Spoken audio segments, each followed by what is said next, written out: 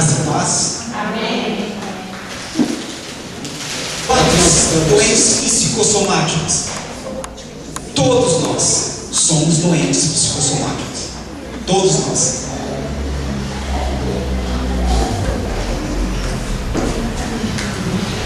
Essa palavra estranha, difícil até de ser pronunciada, psicossomática, ela vem da junção de duas palavras gregas.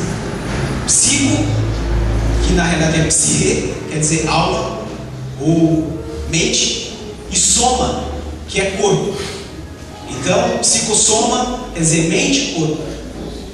Uma definição científica, psicossomática é o conjunto de doenças da mesma natureza, ou seja, são doenças físicas, doenças mentais que refletem o físico.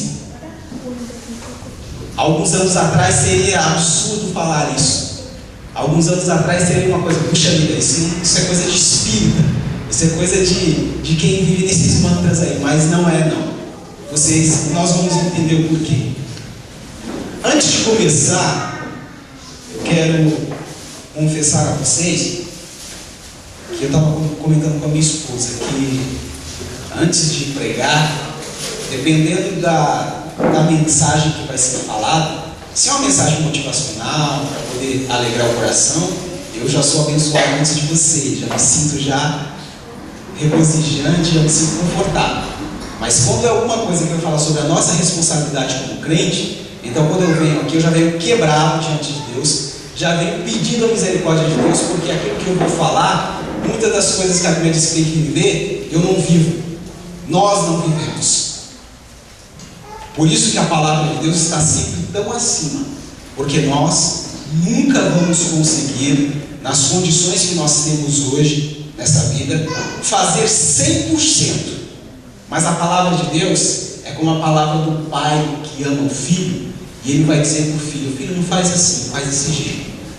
Aí uma hora você vai, não faz, mas você quebra a cara, você lembra que ele tinha razão e você vai procurar fazer. Aí você vai aprender já em um outro patamar de novas coisas que você precisa fazer conforme a vontade de Deus. E esse é um grande aprendizado. É como o professor que pega o aluno com problemas psicomotores, pega um aluno com problemas de raciocínio e vai aos poucos. Mesmo que ele erre 2, 3, 4, 10 vezes, mas sabe, não é assim, é desse jeito, até que ele consegue aprender. Assim somos nós.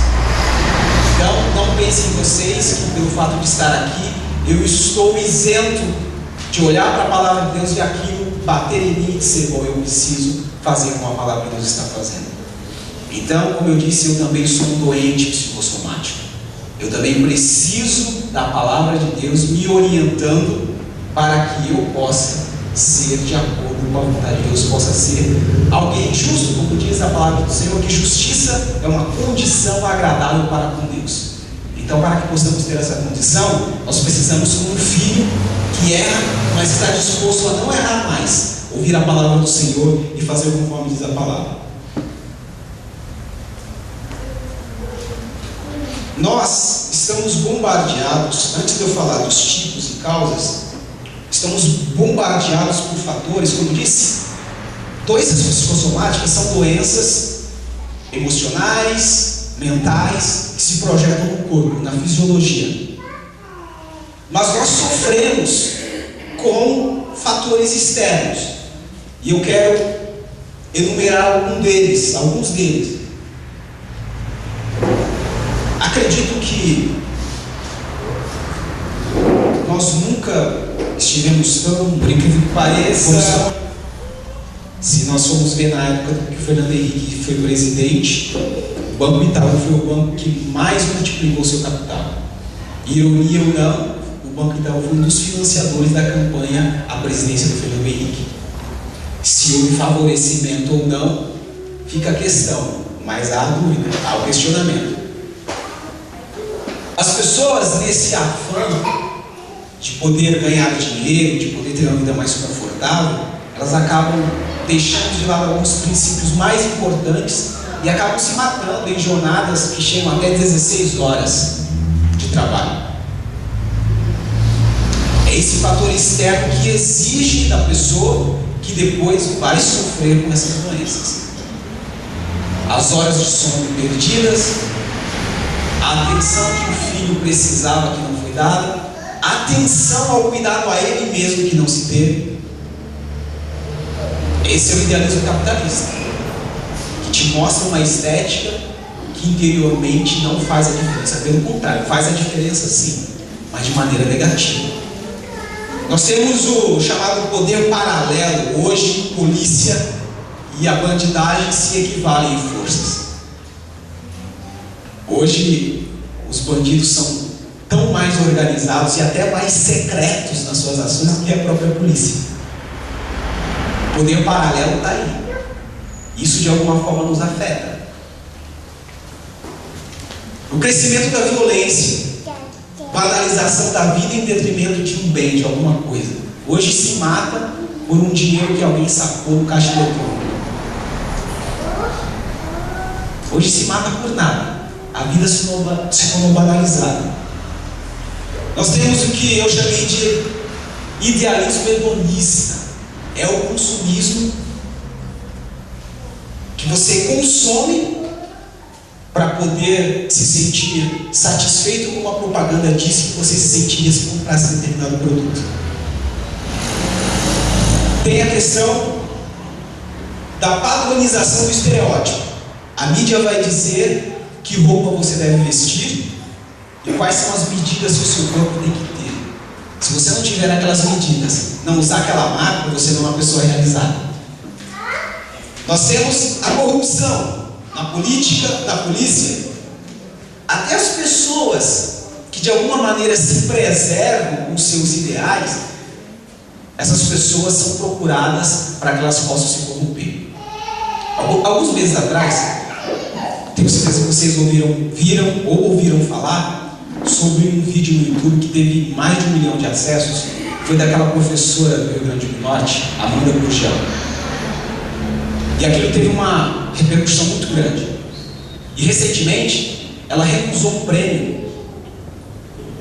E ela justificou porque ela recusou aquele prêmio. Porque esse mesmo prêmio foi dado para corporações como o Banco Itaú, Casas Bahia, Grupo Civita. E desde que esse prêmio foi criado em 1994, nunca foi dado a um profissional da área de educação. Como a crítica dela teve repercussão, então deram algum jeito de querer premiá-la para que ela ficasse meio que contente. Mas como ela poderia receber um prêmio, sendo que as pessoas que promovem esse prêmio são exatamente aquelas pessoas que ela criticava? Então os ideais estão aí para serem corrompidos. Então toda essa instabilidade gera uma preocupação, gera medo, gera inconformismo, gera incerteza, tristeza, amargura, isolamento, ódio, impotência, trauma, desconfiança e falta de esperança. Tudo isso são coisas que você sente, são coisas que são captadas pela sua mente, pela sua alma, e depois vai refletir no seu corpo. Abram suas Bíblias lá em Provérbios capítulo 3, versículos 7 e 8.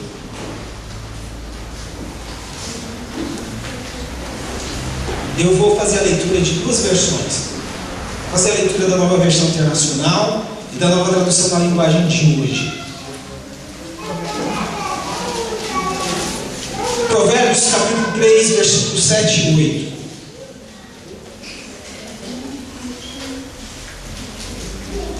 Diz assim, versículo 7. Não seja sábio aos seus próprios olhos. Tema o Senhor e evite o mal. Isso lhe dará saúde ao corpo e vigor aos ossos. Mais um pouquinho para frente, capítulo 4,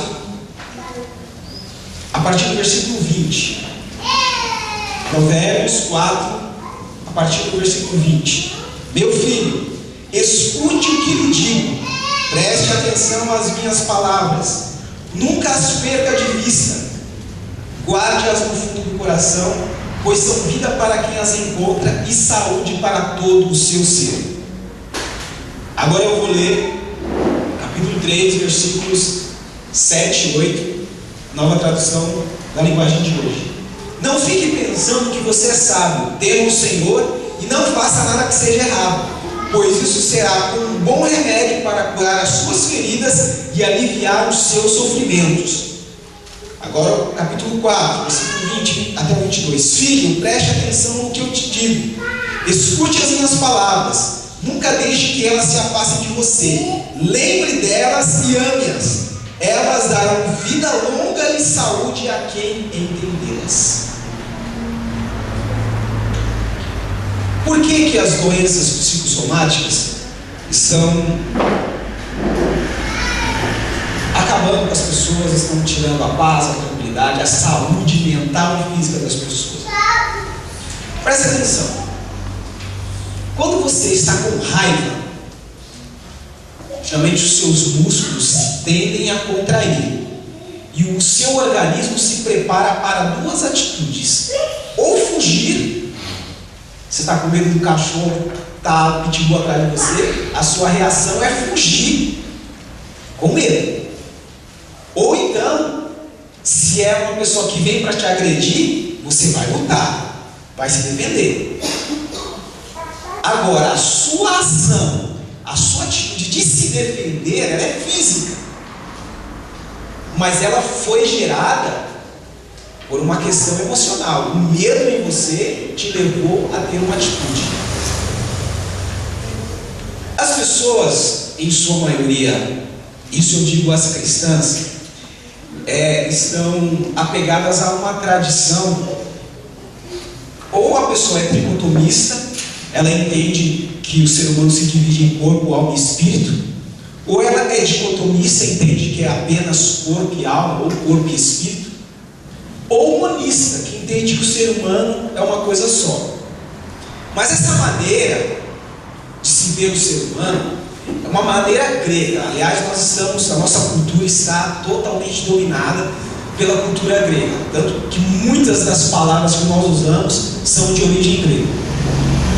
E essa maneira de ver, de dividir corpo, alma e espírito, é mais uma maneira didática de se explicar como é que o ser humano funciona. Quando você diz, eis uma planta, o simples fato de você falar que é uma planta, não vai te dizer como que é o funcionamento, como que é o ciclo de vida daquela planta. É preciso entender quais os fatores que interagem com ela, com o sol, com o oxigênio, que levam ela a ter aquele tipo de ciclo de vida. Então existe uma didática que divide a planta para poder se entender esses ciclos. E o ser humano, que é mais complexo ainda, usa-se essa didática. Mas quando nós vamos ver o ser humano como um todo, nós entendemos que o ser humano é uma coisa só. Se você tem sentimentos, então você padece com o seu físico. Se você sente no físico, é porque esse físico foi estimulado por uma emoção, por um sentimento. Então, logo, toda manifestação que há no seu corpo, ela tem uma origem emocional, ela tem uma origem mental, mesmo que haja um fator externo. Mas antes, esse fator externo exerce um tipo de pressão, exerce um tipo de percepção em você, e você assimila aquilo e transforma aquilo ou em escape ou em alguma coisa prejudicial a você.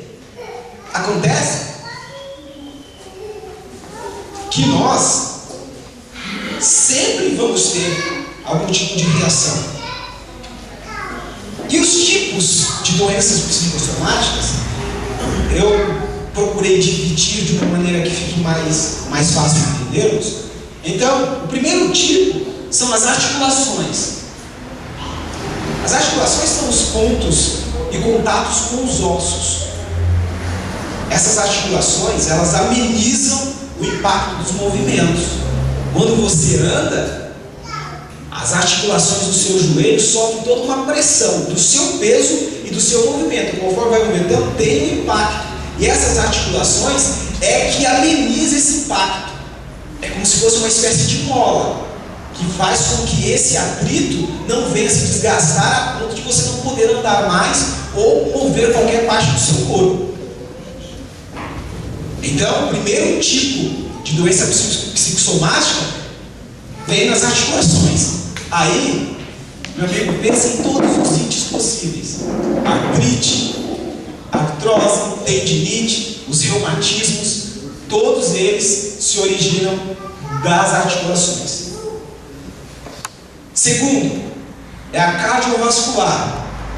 O sistema cardiovascular é uma espécie de tubos de vários tipos, é onde circula o sangue, que através do coração vai bombeando o sangue para o corpo.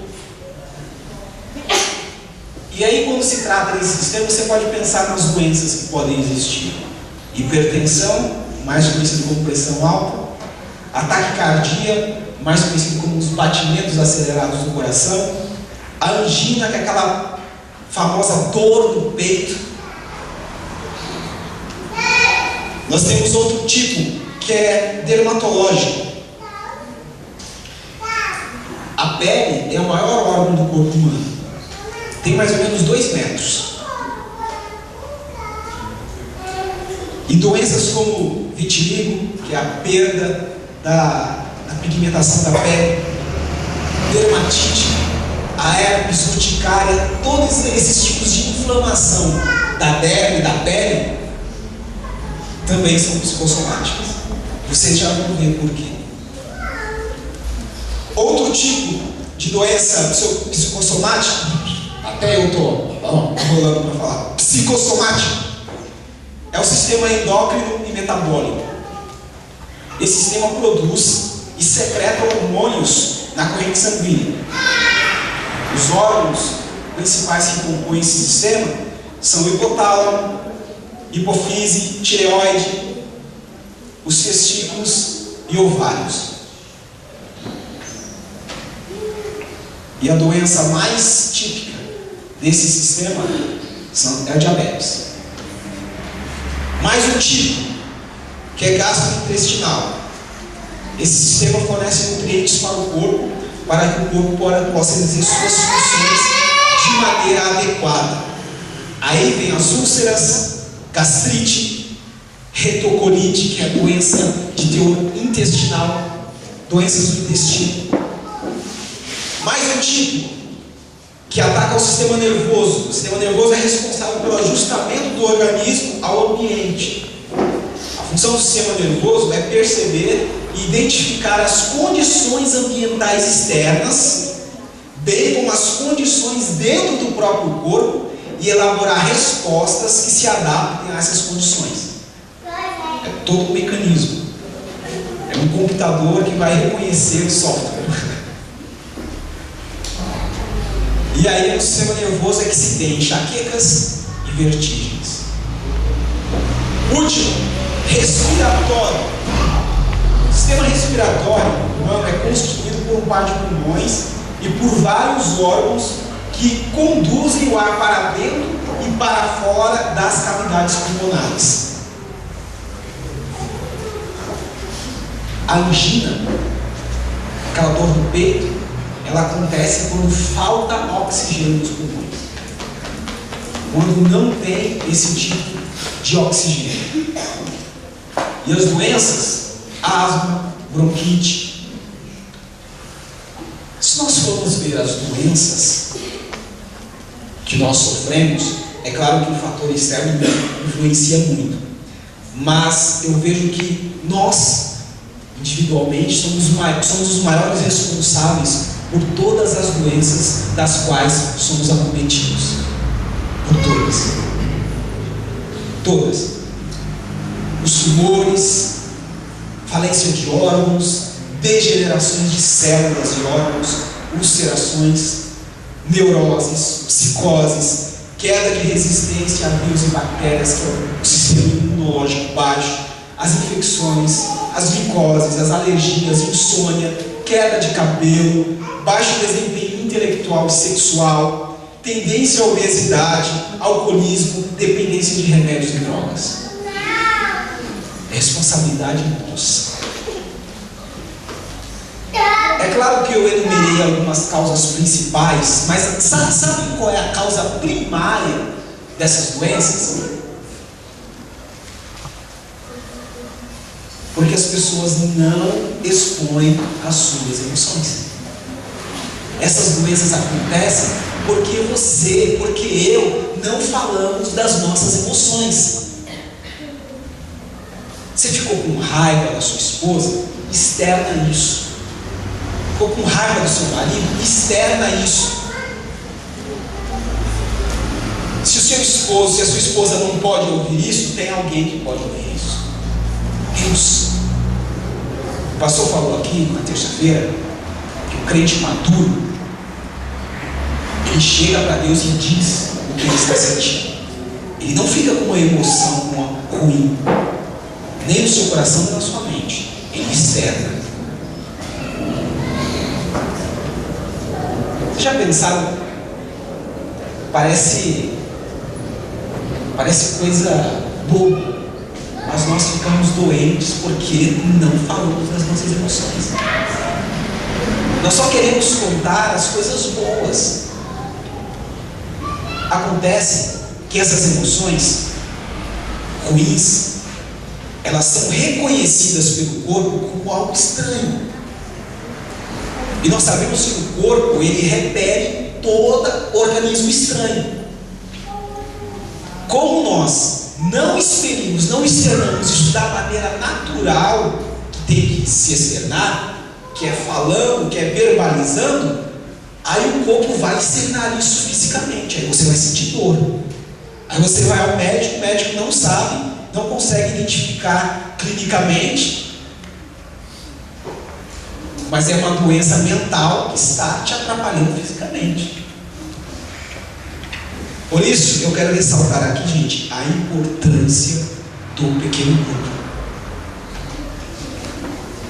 Preste atenção, algumas pessoas, elas têm medo, têm receio de que ao falar alguma coisa no pequeno grupo, isso escape.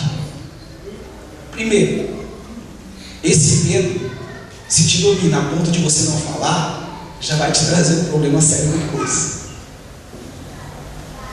E o que é melhor? Você correr o risco de alguém saber algo que você não queria que soubesse, ou você padecer a sua vida toda em consequência de algo que você não falou? E a hipocrisia também, você pode não contar os seus erros para todo mundo, mas se alguém vier a saber, é alguma novidade? Todos nós temos os nossos segredos, tem aquelas coisas que nós não queremos que as pessoas saibam, mas todos sabem que alguém faz, uma vez ou outra. Isso já é hipocrisia também. Olha só. 1 Pedro capítulo 5, versículo 7.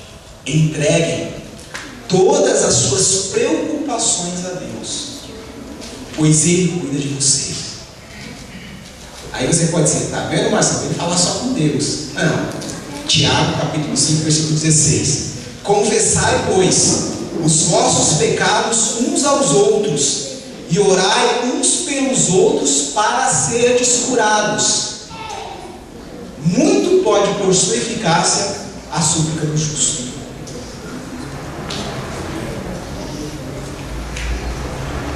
Você já vai com o pressuposto de que alguém, ao ouvir você externar uma emoção, uma coisa ruim que você está sentindo, vai com o pressuposto que ele vai contar para o outro. Quando na realidade, quando você conta para o irmão em Cristo um problema seu, você está contando para que ele te ajude em oração. Ao orar por você, você pode ser curado.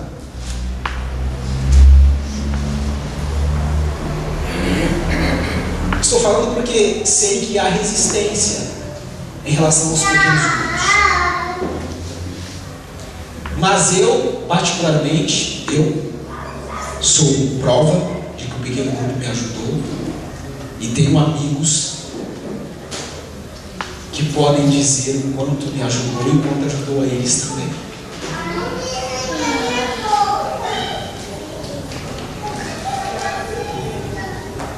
As mulheres, acredito eu, que elas têm mais facilidade de externar. Isso não é uma regra geral, mas a maioria delas sim. Elas têm mais facilidade de contar as coisas, de partilhar as coisas. Às vezes elas acabam extrapolando. Mas na questão de externar as suas emoções, eu vejo isso como muito positivo. Gente, vamos abrir a boca. Jó, quando se viu naquela situação, o que ele fez? Ele colocou a boca no trombone. Ele falou para Deus, amaldiçoou o dia que ele nasceu. Era o que ele estava sentindo naquele momento. Ele ia guardar aquilo para ele. Ele amaldiçoou o dia que ele nasceu. Ele questionou a Deus.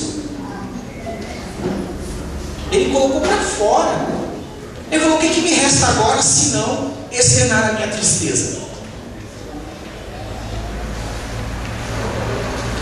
Vamos lá, para as causas. As causas das doenças psicossomáticas. Primeiro, vamos correr porque o tempo está indo embora. O amor ao dinheiro. 1 Timóteo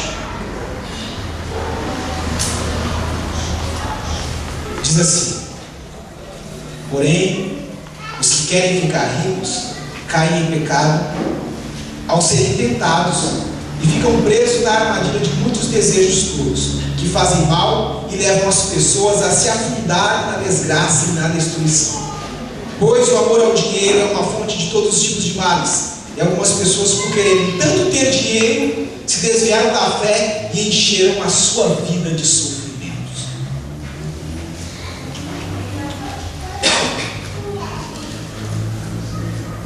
Quero frisar aqui que o apóstolo, ao escrever a Timóteo, ele diz sofrimentos, está no plural, são vários sofrimentos. Sofrimentos que envolvem família, sofrimentos que envolvem individualidade, sofrimento nos relacionamentos em geral, sofrimentos em relação ao trabalho, muitos sofrimentos.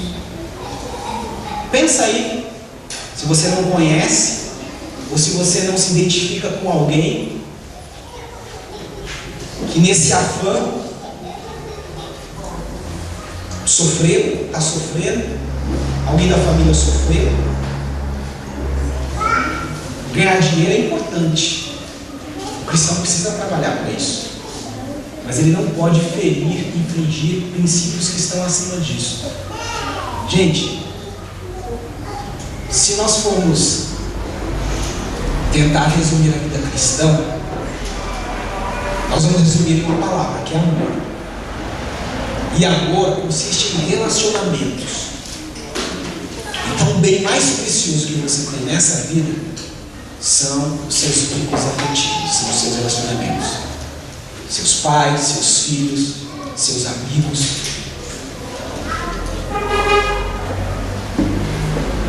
É o maior bem que você tem. Tire a sua capacidade de relacionar e ver se você consegue trabalhar. Você consegue produzir qualquer coisa que seja. Que até para trabalhar você precisa desses vínculos.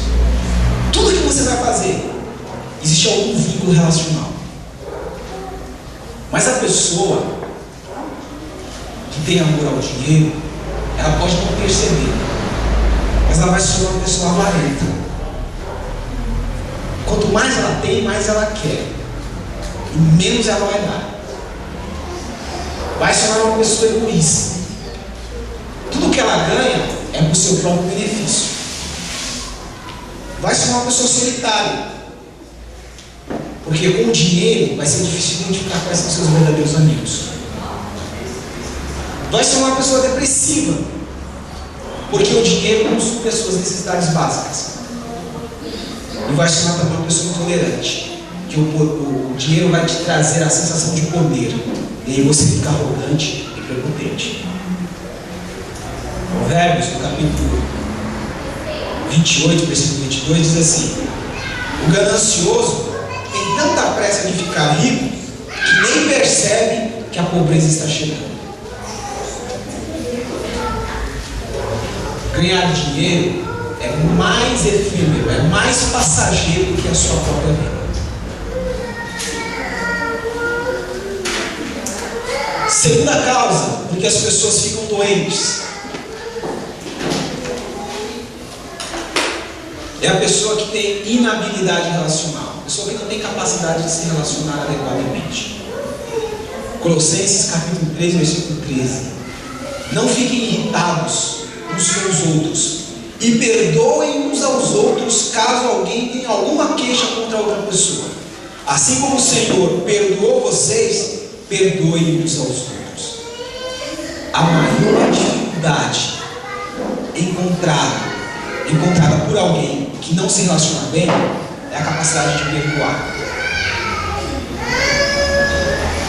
Quer ter bons relacionamentos?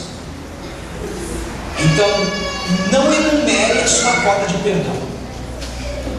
Já vai liberando o perdão por antecipação. Quer se relacionar bem? Então já vai liberando o perdão por antecipação. Porque você vai se decepcionar. Você vai se sentir prejudicado. Lembrando que o perdão, ele não cura só quem está se sentindo culpado por ter feito mal, mas cura quem foi prejudicado. Porque quem foi prejudicado e sente mágoa, está doente também. Essa pessoa que tem dificuldade para se relacionar, ela vai cultivar a mágoa, vai negar o perdão a quem o ofendeu. Eu quero ver aquela pessoa morta, esturricada, mas não perdoo. Eu perdoo, mas ela lá e eu cá. Essa pessoa não liberou o perdão. Essa pessoa geralmente é desagradável. Vocês conhecem alguém ou já conheceram alguém desagradável? Alguém que é grosseiro, alguém que só fala gritando, alguém que não sabe ser amado, não sabe ser educado, não sabe ser cordial. Geralmente são pessoas estressadas com o trabalho, com a família. Aí os relacionamentos que ela tem são todos assim, na base do grito, na base do xingamento, na base da truculência. Não tem o longo ânimo que a Bíblia diz que temos que ter. Essas pessoas vão ficar hipertensas. Essas pessoas vão ter um ataque fulminante qualquer dia. Essas pessoas vão ter enxaqueca. Essas pessoas vão sentir tontura. Essas pessoas vão sentir-se doentes, mesmo aparentemente estando em plena forma física. São pessoas que não perdoam, sabe por quê? Porque elas têm medo de serem prejudicadas novamente. As pessoas que vivem com medo são dominadas por sentimentos negativos. E aí, pense numa pessoa que fica depressiva, que fica para baixo. Seu sistema imunológico está baixíssimo. E aí, as doenças aparecem. Aquela frase é bem propícia. Mente sã, corpo sã. Mente sã, corpo sã. Pessoa com dificuldade de relacionamento geralmente é uma pessoa orgulhosa. Da mesma maneira que ela não libera perdão, ela não pede perdão também. Não, eu não errei. A pessoa é que errou comigo. Não admite que errou. Pessoa preconceituosa. Para ela, a primeira impressão é que fica: eu não fui com a sua cara, então eu não quero papo com você. Para ela, sim, a primeira impressão é que fica: eu não fui com a sua cara. Se eu fosse depender da primeira impressão que as pessoas tivessem de mim, porque muitos chegaram e já falaram: Marcelo, eu não fui com a sua cara no início. Para mim, não tinha como sermos amigos. E alguns deles se tornaram os meus grandes amigos. Se fosse depender da primeira impressão, as pessoas com dificuldade no relacionamento vão se isolar. Por quê? Não existem pessoas boas o suficiente para serem amigos dela. E aí, nesse seu egoísmo, nessa sua arrogância, ela vai se isolar. Ela fala: eu me basto. Basta? Tente. Se bastará até que uma doença te acometer. Provérbios, capítulo 16, versículo 24. Gente, eu estou correndo porque o tempo está indo embora. Palavras agradáveis, olha só, palavras agradáveis são como favo de mel, doces para a alma e medicina para o corpo.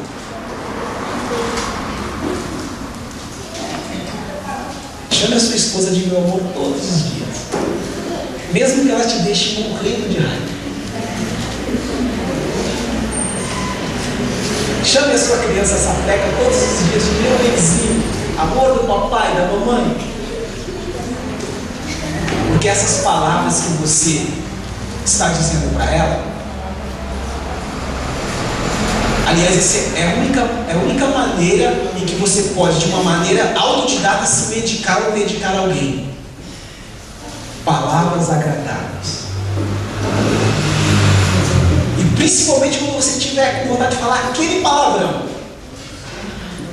de mandar aquela pessoa ir passear, aí você diz.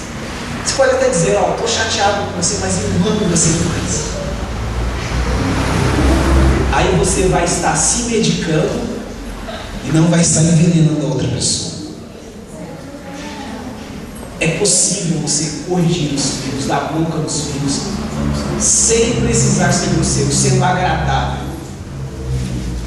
A Bíblia diz que quando você faz assim, você amontoa brasas na cabeça da pessoa.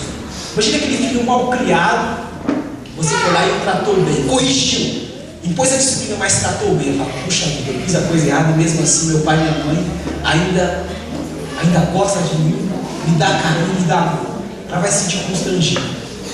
A Bíblia diz que o amor de Deus nos constrange. Quando amamos alguém com o amor de Deus, essa pessoa uma hora ou outra vai ficar constrangida e vai perceber que precisa entrar na vida. Efésios, capítulo 4, versículo 31. Abandonem toda amargura, todo ódio e toda raiva, nada de gritarias, insultos e maldades. A Bíblia diz que a palavra branda, ela ameniza o fogo.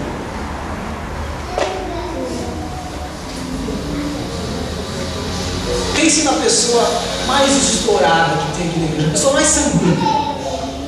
Aí você vai lá e xinga ela, ou fala mal dela. Aquela pessoa vem quente, fervendo, como diz o Jafá, tem bad para te pegar, vem para te bater. Você põe a mão para trás, abaixa a cabeça e diz: me perdoa, eu falei mal de você. Ela não vai te bater, porque só a maneira humilde que você falou, sem elevar a voz, reconhecendo o seu erro, já quebra a pessoa no meio. Ela pode até te xingar, mas aquela intenção que ela tinha de te bater, ela não vai mais fazer. Palavra branda. Terceiro, ai Jesus, essa aqui está doendo até em mim. Pecado contra a mordomia do corpo. Romanos 12, 1. Rogo-vos, pois, irmãos, pelas misericórdias de Deus, que apresentei o vosso corpo, e corpo aqui é soma, é o corpo físico, por sacrifício vivo, santo e agradável a Deus, que é o vosso culto racional. A tradução da palavra vivo aqui é com qualidade, saudável. Apresentem o seu corpo saudável, com qualidade diante de Deus. Ai, pode falar ai aí. Ai. Ó, pecado contra a mordomia do corpo. Padrões vigentes de beleza. O que seria isso? A mídia apresenta lá, corpinho sarado é desse jeito. Tem algum problema em você frequentar a academia? Não, pelo contrário, você tem que ir, tem que cuidar do seu corpo.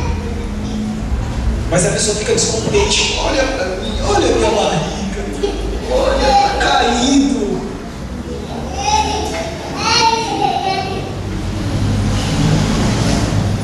Você tem que cuidar do seu corpo, mas tem que estar contente com ele.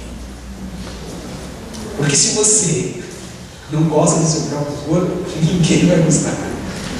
Você tem que ser o primeiro a fazer a sua autoimagem, a sua autopropaganda. Você não pode denegrir o seu corpo. Ah, eu estou gorda, estou obesa. Ah, a culpa é sua. Então o que você vai fazer? Vai colocar ele em forma. e não se adequar aos padrões de beleza que existem hoje.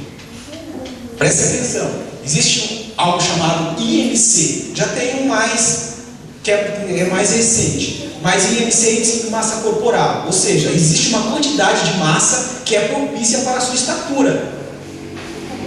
Às vezes a sua estatura, ela não é condizente com a estatura de um padrão, e aí você quer ter o peso que estão dizendo que tem que ter, mas está de acordo com o seu índice de massa corporal? Deixe seu corpo maravilhoso, mas aí vem essa relação de peso versus altura. Tem que estar condizente. O padrão de beleza, ele pode existir? Pode. Mas para quem consegue se enquadrar nele. Se você não se enquadra, então não vai querer se enquadrar, que aí você vai pecar contra o seu corpo. Aí vem os anoréxicos, vem as pessoas com bulimia. Outra coisa, isso aqui, ó, presta atenção. Ninguém, absolutamente ninguém tem vícios alimentares. Ninguém tem. Eu não conheço ninguém que tenha vícios alimentares. E não é só comer compulsoriamente, não. Não é só o pecado da gula, não. O corpo precisa de nutrientes, precisa de vitaminas. O que nós temos que fazer? Quando vamos comer na quantidade, na medida certa, e a quantidade adequada de vitaminas e nutrientes para o corpo. Quando nós fazemos isso, nós comemos o que é mais saboroso. Para nós que somos leigos, você não precisa ser um nutricionista para poder entender de alimentação. A informação que eles dão é o seguinte: quanto mais colorido, mais diversificado está o seu prato. Mais diversificado com vitaminas e nutrientes ele está. Então você vai na feira, às vezes você compra 5 tipos de frutas. Dessas 5, 4 tem a mesma composição de nutrientes. Porque as pessoas compram pelo gosto. Acredito que quase todos vocês, quando eram crianças, assim como eu, não gostavam de espinafre. Mas aí você vai na feira e só compra alface. Todos eles são ricos em fibras, mas tem um nutriente específico para cada um deles. Nós fazemos isso? De maneira nenhuma. Você quer aquela carne bem gordurosa, aquela comida bem temperada, bem condimentada.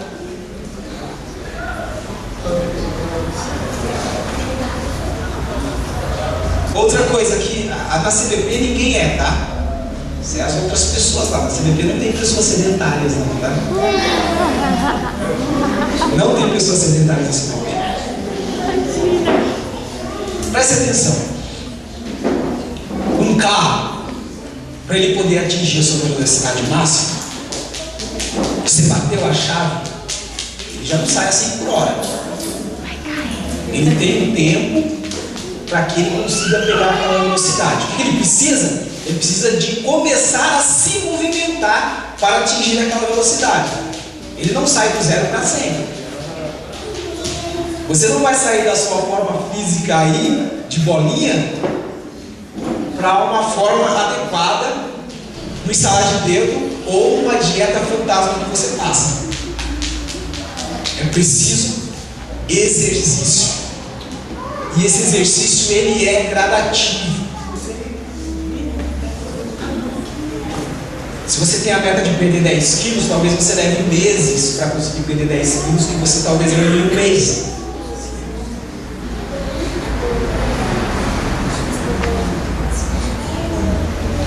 Outro pecado, outra consequência desse pecado, a mordomia do corpo, é negligência para com os sinais de alerta do corpo. Não tem aquela barra lá embaixo do computador que diz quando o seu computador está em isso? Ele não para de funcionar só com aquela barra avisando. Mas tem alguma coisa lá que não está bem e que pode evoluir. A qualquer sinal que você perceba que não é natural do seu corpo, então corra e procure ajuda profissional ou procure se informar para que você possa se cuidar melhor. Qualquer sinal. Outra coisa que as pessoas fazem, gente, ó, às vezes a dor de cabeça pode passar, mas às vezes pode criar um mal pior. Às vezes o alívio da dor de cabeça vai trazer um problema depois. Isso é pecado, tá? Automedicação. Você está com uma dor de cabeça? Ah, tem um Buscopan aqui. Você não sabe a dosagem certa. Você toma uma dosagem que alguém disse para você que tem que tomar. Ah, mas o médico já tinha me passado essa dosagem.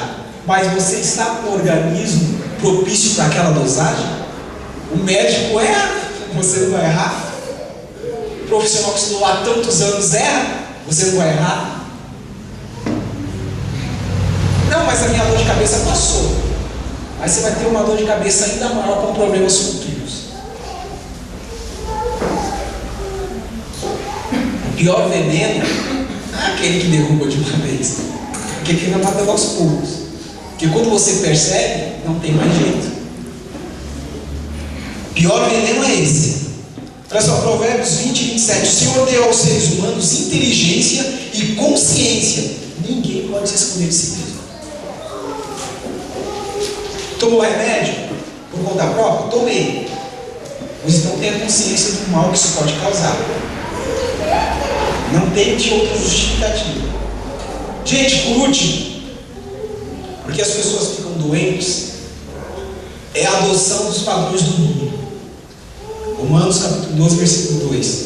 Não se moldem ao padrão deste mundo, mas transformem-se pela renovação de sua mente, para que sejam capazes de experimentar e comprovar a boa, agradável e perfeita vontade de Deus. Que exemplo de adoção, de pessoas que adotam o estilo deste mundo, é o consumismo mesmo. Qual é o problema de que eu compre uma TV de 50 polegadas? Se você tiver dinheiro, tem.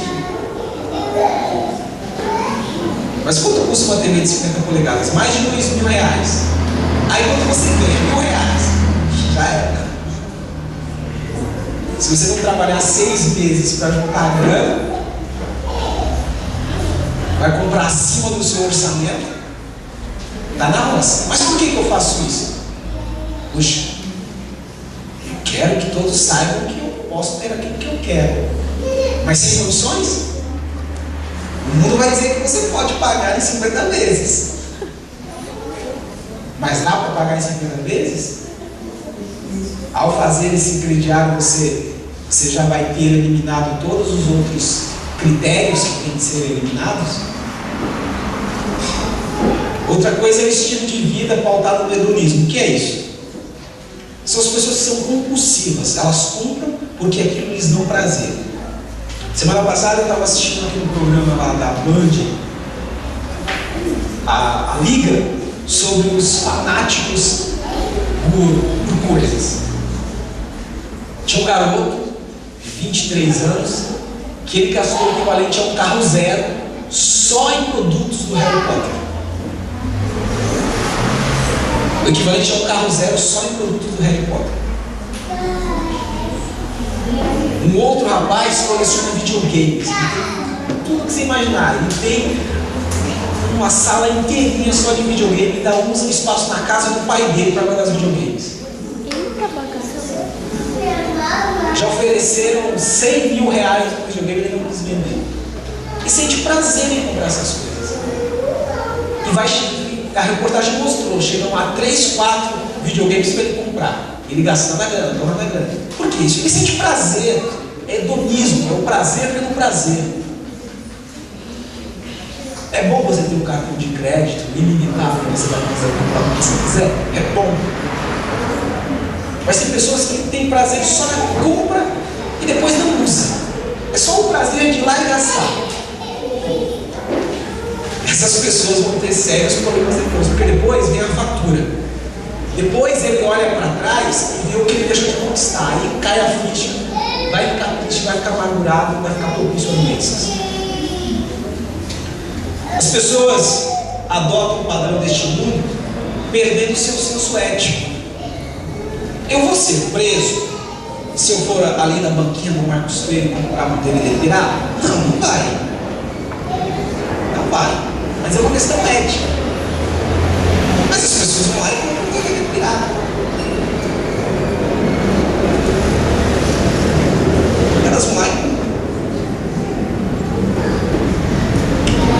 Deixa eu fazer uma ressalva. Eu gosto muito de filmes. Gosto de assistir. Tenho, às vezes, até que me controlar para não extrapolar. A minha esposa acredita. Agora, se você quiser assistir um filme comigo, pode ir lá. Só que não é pirata, porque você vai ter que voltar com o filme para trás. Não vamos nem discutir a questão se prejudica ou não o aparelho. Mas por uma questão ética, eu não faço. Mas as pessoas perderam esse senso ético. As pessoas também assumem posturas coletivistas. O que é isso? Você está lá com seus amigos. Aí todos eles tomam uma postura de fazer uma coisa lá que não é muito legal. Mas como você é o último que sobrou, então se a maioria vai, eu vou. É o famoso Maria vai com as outras. Você não tem a sua identidade de cristão, a sua postura de cristão. Você vai pelo que a maioria diz. Bom, se a maioria disser isso, eu vou com eles. Mas se o que eles disserem é pecado, vai prejudicar a você, vai prejudicar o seu corpo, você vai fazer só porque a maioria aderiu? Filipenses, no capítulo 4, versículo 8, diz assim: finalmente, irmãos, tudo que é verdadeiro, tudo que é respeitável, tudo que é justo, tudo que é puro, tudo que é amável, tudo que é de boa fama, se alguma virtude há e se algum louvor existe, seja isso o que ocupe o vosso pensamento. Da mesma maneira que você pensa em coisas ruins, e você não pensa independente do seu corpo, o seu corpo vai ter nele refletido tudo aquilo que é de má fama na sua mente.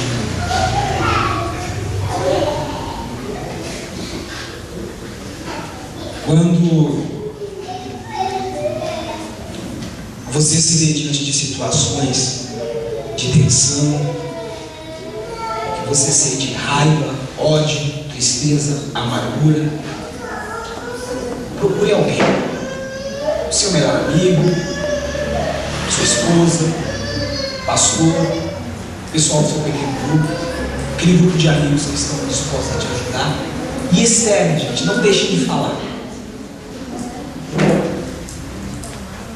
Porque eu pontuei essas causas que estão relacionadas aos sentimentos, às emoções das pessoas, o amor ao dinheiro, a incapacidade de se relacionar bem com as pessoas, a questão do pecado contra a monotonia do corpo, os padrões deste mundo, que são nocivos a nós. Mas o que nós precisamos fazer não é tão difícil assim. Põe para fora. Põe a boca no trombone. Talvez você não vai sair lá fora, mas põe a boca no trombone ao falar com o seu amigo. Externe para ele o que você está sentindo. Fala da raiva que você sentiu. Fala da vontade que você teve de trucidar fulano de tal.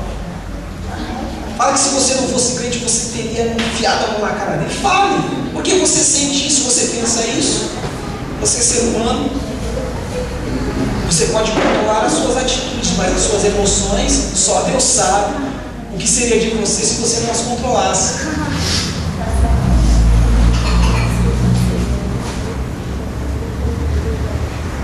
Às vezes a pessoa não consegue perdoar porque não consegue falar de como está sentindo. Às vezes a pessoa não consegue se ajustar na vida porque ela não consegue deixar uma prática que a está prejudicando. Pare e reflitam as atitudes que vocês têm, como os pais, os filhos, no emprego, na igreja. Essas atitudes, elas estão sendo saudáveis? Estão te trazendo preocupação mais do que o normal? Estão te dando dor de cabeça? Estão te tirando a paz? Então reflita se você está fazendo a coisa certa ou se é o momento certo de estar fazendo. E lembre-se de uma coisa, gente. Sejam educados, sejam amados.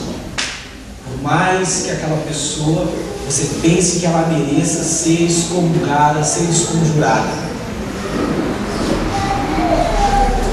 Não é fácil, não. Não estou dizendo que é fácil. É exatamente por ser difícil é que nós estamos aqui falando sobre isso. Mas procurem se esforçar. Dizer palavras agradáveis, mesmo quando a vontade é de não dizer. Porque mesmo que aquela pessoa ela não tome jeito, mas você já se medicou. Você já tomou o remédio que não vai te deixar doente. A Bíblia diz que no que depender de nós, tenhamos paz com todos os homens. Então, se a pessoa em questão, pode ser a sua esposa, seu esposo, sua namorada, seu filho, sua filha, seu amigo, não quer entrar num acordo, não quer estar de bem com você, mas fique de bem com você mesmo. Estar bem com você mesmo vai depender da maneira como você se relacionar com o outro, mesmo que o outro não se relacione adequadamente com você. E aí, você vai ter uma vida mais saudável. O apóstolo diz que nós temos que alcançar um corpo vivo, o quê? Agradável, de maneira saudável, com qualidade diante de Deus. Você não precisa cumprir a risca, mas precisa começar a fazer de alguma maneira. Aí você vai estar caminhando para ter uma vida mais saudável e ser um doente psicossomático mais saudável na medida que seja possível. E é. Nós vamos evitar algumas diarreias indesejáveis, algumas dores de cabeças indesejáveis, alguns pesadelos indesejáveis, alguns olhares indesejáveis. E aí nós vamos ter a graça de Deus sobre as nossas vidas. É difícil. Eu não sei como lidar, eu não sei fazer isso. A Bíblia diz, se você não tem sabedoria para agir de determinada forma, peça a Deus que Ele dará. Vamos orar? Você que